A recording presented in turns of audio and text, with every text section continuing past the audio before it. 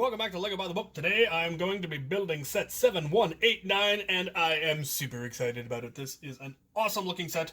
I don't think the box really needs to be anywhere near this big, but I don't care because it's cool box art. Anyway, we're going to build it. It is the Mill Village Raid, which goes beautifully with the Medieval Village set that I already have. And eventually I will get this integrated into my castle. I'm not sure when or where or how because it's big and I'm out of room. But someday I'll have a larger place. But I'm going to build it now anyway because I want to. Yeah, right. Well, we have 2 instruction books. One for the barn and one for the mill and all of the pipples. The mill and the pipples are first.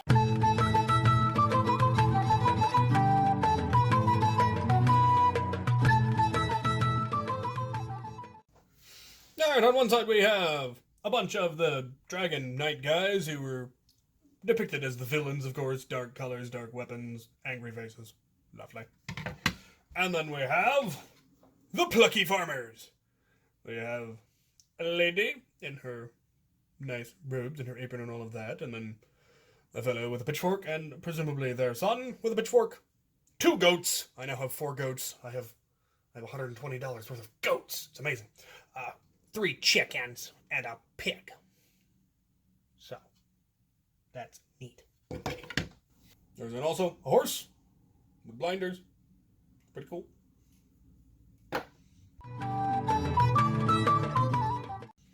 There is then also a cart for said horse. Very nice. And last but not least, a bucket full of gold. Because these are some apparently fairly well-off peasants. Now to build the mill.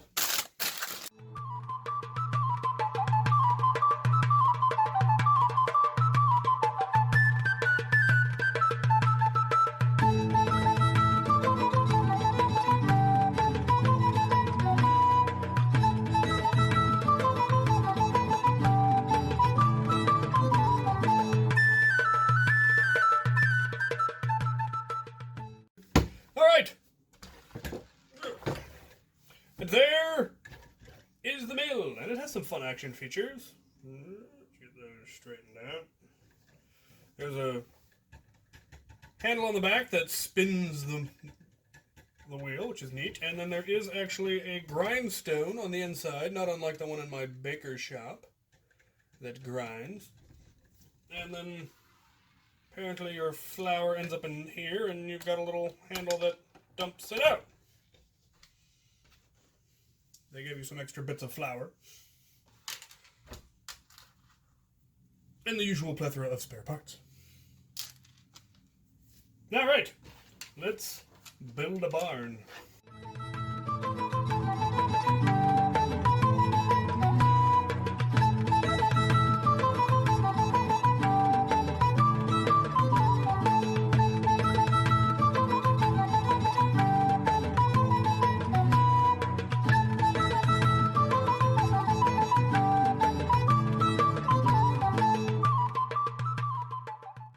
Alright, well there is half the barn. There was one extra half a bucket, or bucket handle.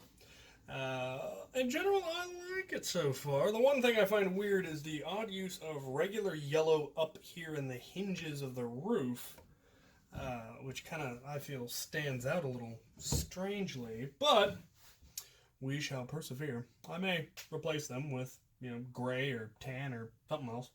We'll see. Alright, on to the other half of the barn.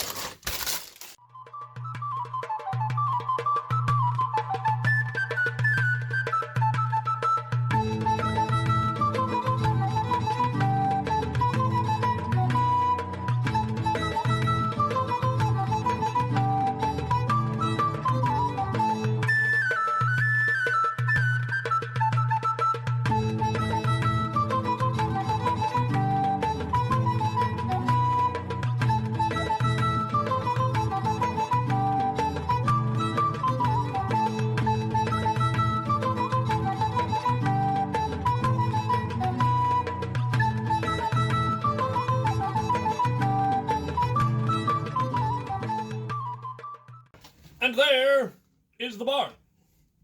Now, It is the style that opens up so you can get into the inside and play with. Very nifty.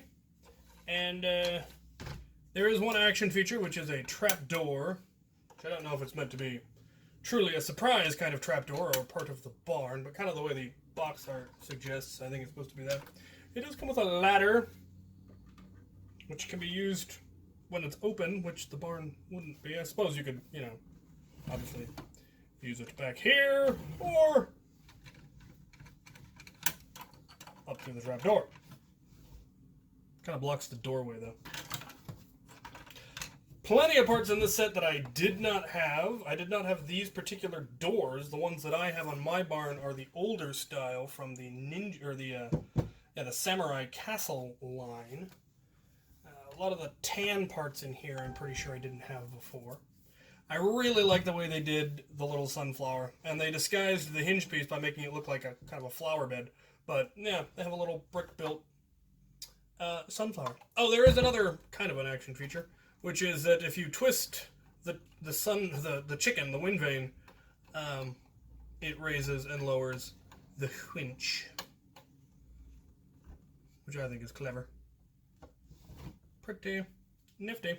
Now there are, as I said, some yellow parts in here that just don't quite fit. The hinges up here, the supports on the inside of the walls, and then, much to my extreme chagrin, this part is yellow, which has no need to be. So I'm going to replace all those. Ha! Because I can.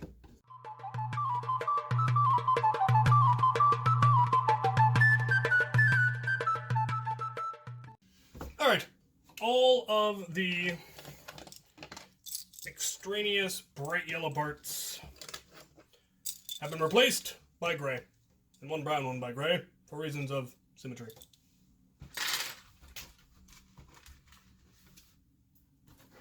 There was the usual plethora of spare parts, all the little parts that you always expect to have spares, including a feather, very nice dark blue feather, which is lovely. Now there it is, all together, the Mill Village Raid. Very cool. All of the peasants, in addition to having happy faces, also have angry faces, because they're being attacked, which is neat. I like it. Lots of great minis, lots of great parts. I'm going to have to see where I can fit all of this into my village. I know it currently won't fit. I'm hoping possibly when I expand it, when I get a bigger place and expand the castle table, I will have room for 2 barns, possibly. Or I may just, you know, use this one because it's much nicer than the one I built, which is very similar to it, but not quite as detailed. And since this one is the official one and it was sent to me, I would love to use it. So, plus I need the doors off the old one to go back in my castle. Anyway, I might be able to find somewhere to put the mill, or the windmill right now. Maybe. I'm going to check. Anyway, there it is. Thank you ever so much for sending that. This is an amazing set that I really didn't think I would ever own because it was prohibitively expensive. But this is what I get for having awesome fans. So, this was set 7189, Mill Village Raid. Thank you so much. Thank you for watching. So I was able to find a place to put the windmill for now. I've put it on this little rise in the ground just outside the castle on the wizard's tower side. There's this narrow strip that really didn't have anything going on, and so I was able to raise the base that it had up to a level. And yeah, so there's a neat little cave underneath it. I don't know how I'm going to integrate that, but that's kind of that's there. So that was a neat place to then have a structure. This is one of the parts of the castle I want to make wider. I'd like to make it at least 8 bricks wider, 8 studs wider, so that the castle is then actually truly centered. And so there would then be room for more stuff over here, possibly the farm, who knows. I also want to make it, you know, a full 2 feet longer, and that's a lot of extra space. And I may then make it, you know, even wider, go, you know, 8 studs on the other side and 16 studs on this side to balance it out. Maybe more. We'll see. Depends on how much room I end up with when I eventually find my own place. So, yeah. Glad it found a place, and it will eventually have probably a better place. It should be on a higher hill and should not be, you know, right next to a castle because that would block a lot of the wind. But that was the only place I really had room at the time. This is a fairly dense build. But I will eventually find somewhere for it. Most excellent. Awesome. Thank you so much. Thanks for watching.